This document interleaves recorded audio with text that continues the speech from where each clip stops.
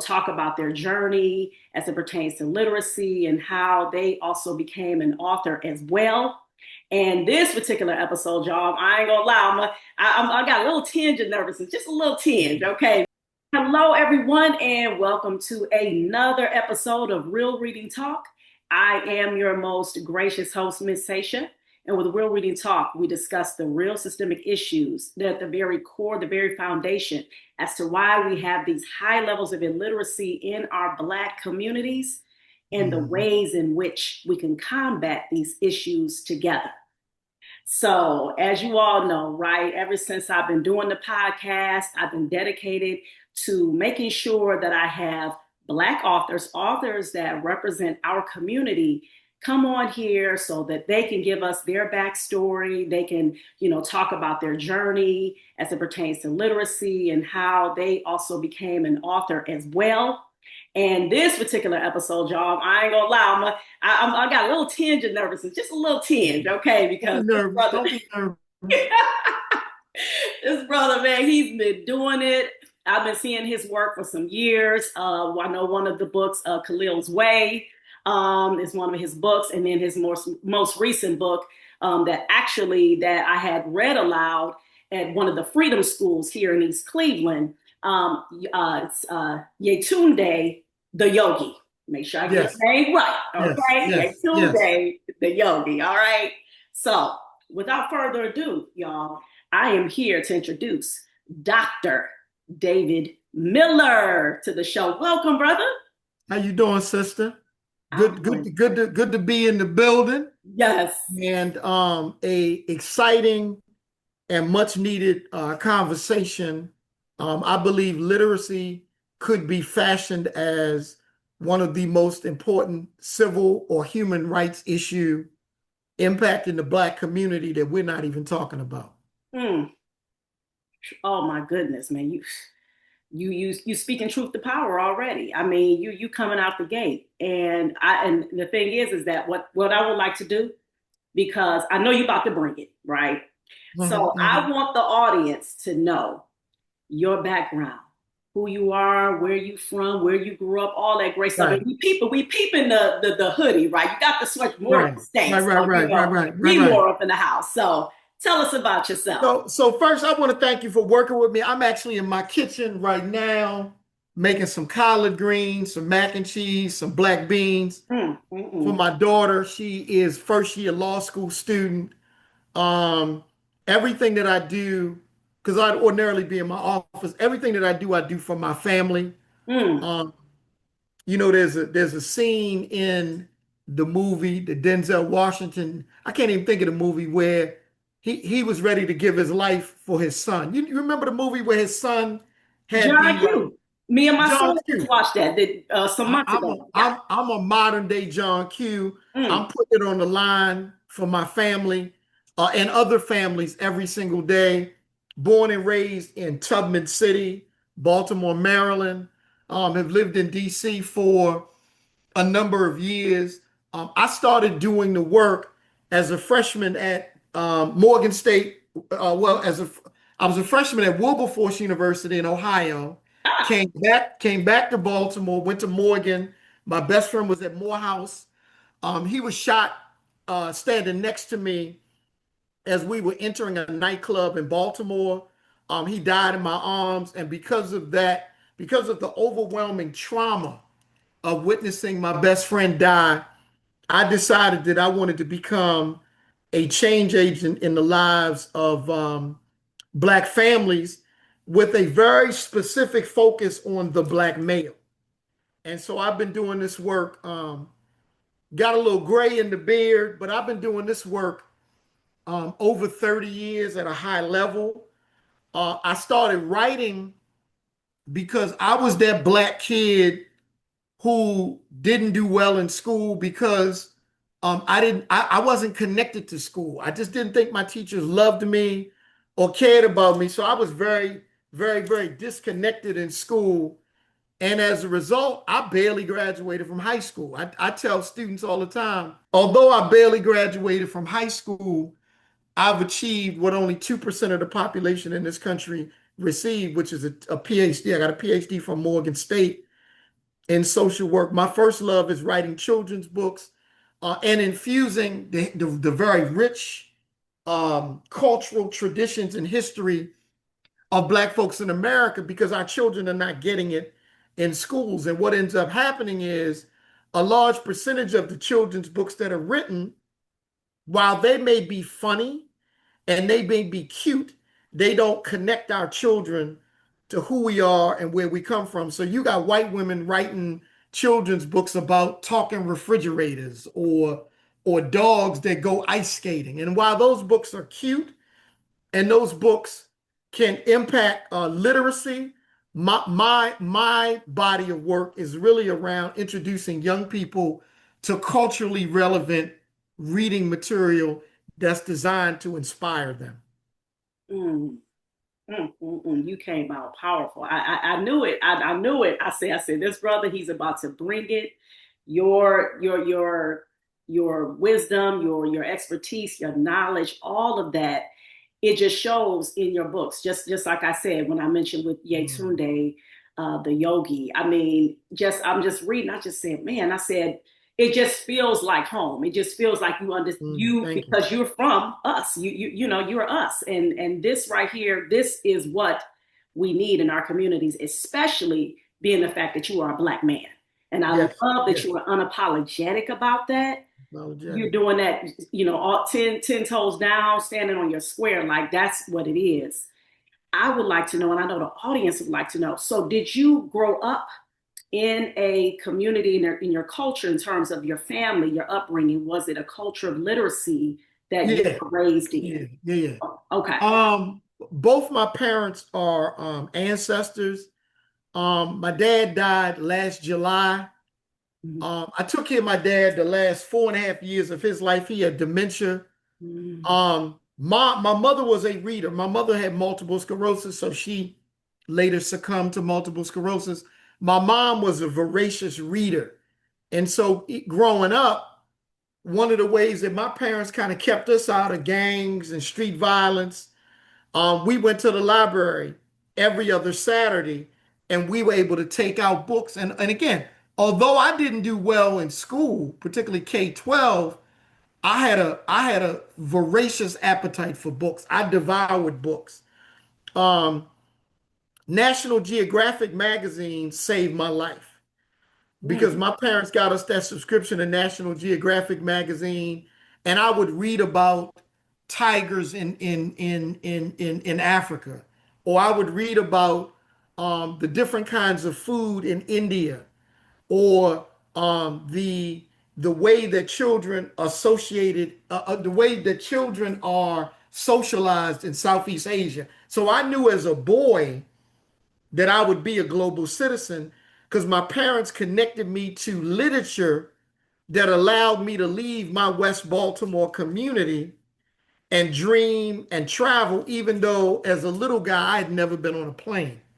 Mhm. So it raised high levels of intellectual curiosity at a very young age, and that's part of the problem now. A Mhm. lot of what we do in school and a lot of the books that children are reading Come on. don't stimulate intellectual curiosity. So you have large numbers of Black boys that tell you that they don't like to read because they're not being intellectually stimulated. Oh man, my goodness, man, you hitting home with this. This once again, this is why I created this podcast Mm, because I said we're going to talk about the real talk. That's why it's called real reading talk. Getting to the nitty gritty, no sugarcoating, no chaser. And what you are saying ain't nothing but facts. Nothing mm. but facts.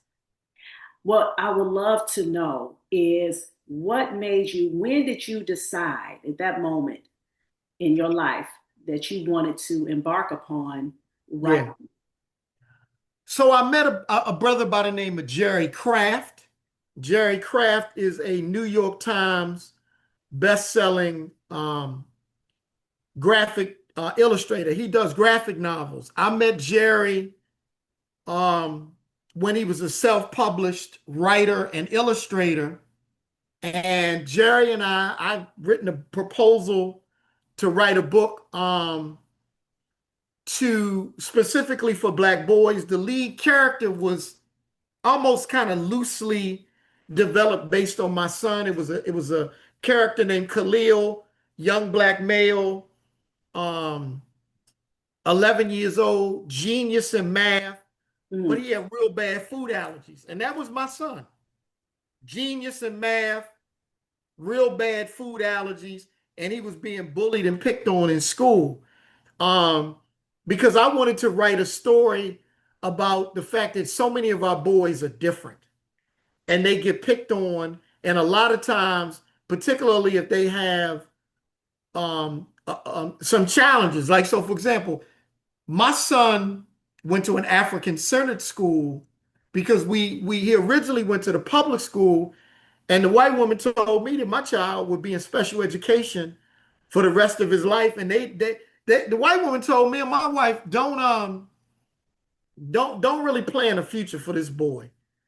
And I was like, that what you're saying doesn't jive with us. So we pulled my son out, put him in African centered school, and the rest was history. Because my son would stand up like I'm standing hmm and he would do his work. He was not a behavioral problem, but teachers felt like he had to fit into a certain mode. Like he had to sit with his legs crossed, with his finger over his mouth. My son would stand up and do his work. And that didn't work in the public school. Put him in an African centered private school, and the rest is history. Although my son is ADHD, um, allergic to everything, peanuts, dairy, mm, fish, you name it, he's allergic to it. mhm. This was the boy that they said wasn't going to amount to nothing. He graduated from Florida A&M University in Tallahassee, Florida, Come with on. his undergraduate degree and his MBA degree in 5 years. We ain't give up on him. And so a lot of the work that I do is really around not just writing, hmm but really strengthening families. And so when Jerry and I met, I proposed this book idea to a bunch of companies, hmm and one company basically said they didn't believe black boys, that there was a market for black boys and books. So I went on and published the book myself, and it sold over 25,000 copies. mm And Jerry and I have something, we got a major announcement coming soon. But I decided, the hell with major publishing companies, I'm gonna publish my own books. mm. That's what I'm talking about. That Yeah, is, I'm not waiting. I'm not waiting for anybody. mm, I was born a free man. come on. I was born a free man. Preach it. Preach it. That's what I'm talking about. I so what I need to know is how can we, because all of the things you're saying is this is what our community obviously needs. That Yeah, free thinking, that I'm not gonna let nobody get in the way of me educating my child. However, what we're seeing though, still in our communities, we're still seeing that same kind of yeah, mentality though, where folks are like, my child can't read because they ain't teach my child how to read in school. And I was literally just having a conversation with one of the parents that I have to assess one of my new students. And I said, listen, I said, one thing I tell the parents, I said, you are empowered. You don't ever put that responsibility in anybody's hands. You teach your child. We are our child's first teacher. right, right, right, Talk to us about what is it? Why do we still deal with that, in our community though? right. What it comes down to is a philosophical mindset that we're in 100% control of the destiny of our family and our children. Mm-hmm. And um, the solutions are freedom schools, Mm-hmm. Saturday schools, Mm-hmm. summer enrichment programs, and definitely rites of passage programs for boys and girls. We run an amazing rites of passage program for boys starting at 11, which is our pre-rites. So they get introduced to the African drum. We Mm. actually we get our drums made in Ghana, get them shipped to us. The boys take yoga, Tai Chi, um, other life skills. In phase 1, phase 2, they learn the South African boot dance, the boot dance that the men used to learn in the mines in South Africa. And most importantly about our program, we spend a lot of time engaging moms and dads. Mm, So we're ramping up our moms group to be able to help particularly single moms or moms who may be married mm, understand the world of boys and male psychology. mm. Most women don't understand their male child. And Right. as a result of that, I hate to say this, y'all might get mad at me. You can just send me an email. Just A real lot quick. of Come sisters on. out here ruining these boys because they don't understand male psychology. They don't understand the world of boys, and you are coddling him Mm, and so much at 9 and 10 years old that unless there is some kind of intervention, he ain't gonna be ready to be nobody's husband. mm, Boys have to be trained to be men. Boys have to be trained to be husbands. mm. Boys have to be trained to be fathers. That thing just doesn't happen by osmosis. It Right. happens with both formal and informal. Even at the high school level where young men are playing sports, hopefully they get connected to a good coach he's talking to them about wins and losses, but he's talking to them about integrity. He's talking to them about manhood. He's talking to them about leadership. He's Mm, talking to them about if you do have a baby, yeah. regardless of whether or not you and the sister get along, Hmm. you have to take care of that child. That's the instructional roadmap for Mm, teaching boys to become responsible men. mm, And it starts with the freedom schools, the Saturday schools, the rites of passage programs, the coaching, the mentoring, all of that. mm. Would you say, I'm going to dig a little deeper on that. Now, would you say that one of the issues as to why we're having these problems, just like with the high levels of illiteracy and the issues that we have with our children, just being able to go to the highest capacity as it pertains to intellectually, would you say that's connected to the fact that they don't have that foundation in the family because of, Oh, without it, okay, it's connected, go. yes, but Mm-hmm. it's also connected to racism and white supremacy. Well, yeah, and exact. That's all connected, This right? system, Uh-huh. it's intentional. Yes. Um, but I believe racism and white supremacy ain't going nowhere. But I think the way you chip away at it is Okay. through black excellence. Okay. I think that's the way that you neutralize Mm-hmm. and you chip away at institutional racism, that we build our own institutions. That even if my child has to go to the public school and we know that the curriculum is inferior, I'm willing to pay $25 every other week for my son to be in a Saturday program where they're teaching him about the most honorable Elijah Muhammad, where we're teaching them about the honorable Marcus Garvey, Mm-hmm. where they're learning about Jesse Owens in the Olympics, where they're learning about Althea Gibson in the Olympics. Come on. Because the school won't give it to them, Right. we got community-based organizations that is picking up the mantle and not only helping with that, but also working with if mom and dad don't get along. That y'all got to get it. Y'all might not like each other, but y'all got to get along for the sake of these babies. Say that. That's the grassroots work that needs to be done. Give us three things, the audience, three things in which families can do to cultivate that culture of literacy Yeah.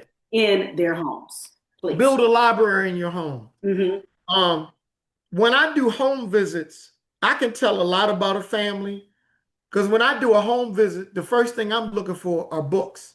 And a lot of times I'll go into a home. I don't know if you know Baba Haki Mahabooty. I, He talks a yes. lot about, he looks at the art on your wall. He looks at the magazines that you have in your house. I'm looking for books. You might have the 52-inch, widescreen, 64-inch widescreen TV. You got all of that, but you don't have no books. Number one, build a library for your children. Mm-hmm. Because even if it's books did they read when they're in the second and third grade? If they like those books and they connect with the characters and the themes, then they're always going to come back and read those books. That's the first thing, build a library. Yes. The second thing, turn the TV off. Mom, Dad, I know y'all in there watching the Housewives of Atlanta. Turn it off and schedule reading time with your children. Mm-hmm. There are books that you need to be reading. Mm-hmm. There are books that your son or daughter need to be reading. Give me 30 minutes every Saturday. Come on. You're reading, they're reading. Yep. Yep. Every Saturday. Yep. And then the third thing is the safest place in any city is the public library. Mm-hmm. Get a library card. I know everybody wants to do everything on the internet with the ebooks and all of that. Right. Get a library card. Mm. There's just so much stuff to do in libraries, and libraries are underutilized resource in our community. Yes, indeed. That's the mic drop right there. I appreciate you. We appreciate you again for taking the time out to be here to educate our community and empower our community. Where can they find you and get your books? Because I know you got a latest book out too. I saw. Is it Charlie Drew and his missing stethoscope? Yes. Yeah. Okay. I thought Ida B. Wells too. Am I right? Ida B. the beekeeper, dedicated to Ida B. Wells. Most of our people don't even know who Ida B. Wells was. I'm real easy to connect with. Okay. I am davidmiller.com. I am davidmiller.com. I am www.3ws.iamdavidmiller.com. On Instagram, you change now. UCHANGENOW. Yes. Hey, y'all, I was just blown away. And of course, I know that y'all were too, all right? Because Dr. David Miller, he was bringing it, okay? He was not playing. And I am just truly grateful that he was able to pull out some time, right? For us to be able to get that knowledge about what it is that we need to do to empower our communities, in particular, as it pertains to literacy. So let me do some housekeeping real quick. As you all know, I am a pre-K through fourth grade reading tutor. And the name of my reading tutoring business is ABC Learn Tutoring. Y'all been tutoring for over 17 years, okay? So your girl got some little expertise under her belt, all right? So if your child is struggling with the foundational skills in reading, or if they have been diagnosed with dyslexia, I am an Orton Gillingham certified dyslexia tutor as well. Please go to my website, abclearntutoring.com. I'm also the founder and executive director of ABC Read. ABC Read is our nonprofit organization, and our mission is to develop and nurture a culture of literacy in Black and underserved communities. We've given away over 8,000 books to many different people, to schools, different organizations, you name it, all right? Because again, we are chipping away at this high level of illiteracy that has been just totally destroying our community. Go to abcread.org to check us out, all right? And also, make sure that you subscribe to my YouTube channel, Reading is Freedom. That's where you're going to find, of course, this podcast as well as the other podcast platforms. So please make sure you listen to them on there as well. And I have a plethora of read alouds for everybody. And y'all know, I got the website, readingisfreedomshop.com, where you can find your dope hoodies like this. Read. Reading is freedom. All right. Go ahead and grab your hoodie, your sweatshirt, your bag, get your merch, empower the community. And let me show y'all what else I can add to my repertoire, okay? Your girl is an author, all right? Yes, I am a co-author with 9 amazing, remarkable women. And we are telling our stories right here in our book entitled Her, Healed, Empowered, Resilient. We are sharing with you, giving some insight into the things that we had to overcome, the adversities that we had to triumph in order for us to become that healed, empowered, resilient woman. Please go to Amazon to grab your copy. And for those of you who are in Cleveland, and if you're not in Cleveland, okay, all right, there's ways to get here, okay? Get here if you can, all right, because we're having our book signing October 11th, 12:30 to 2:30, and the information is on the flyer that we've been circulating. Please make sure that you come because it is going to be absolutely phenomenal and transformative. You've got to be there. And just giving you some insight into the book that I have been reading. I'm still finishing up Brown Boy, which is a memoir, Omar Aziz. Omar Aziz, all right? So I've been listening to that book on Audible. And yeah, so that's that right there. I just, I'm hoping that me sharing the books that I'm reading and that this is inspiring you and also, too, it's a way for us to learn about different titles out there because there is a gazillion amounts of books out there. So we have absolutely no excuse, y'all. All right, you guys. Thank you all again for listening to another episode of Real Reading Talk. I am your most gracious host, Miss Sation. And remember to please keep reading for at least 30 minutes a day. Reading is freedom. Peace.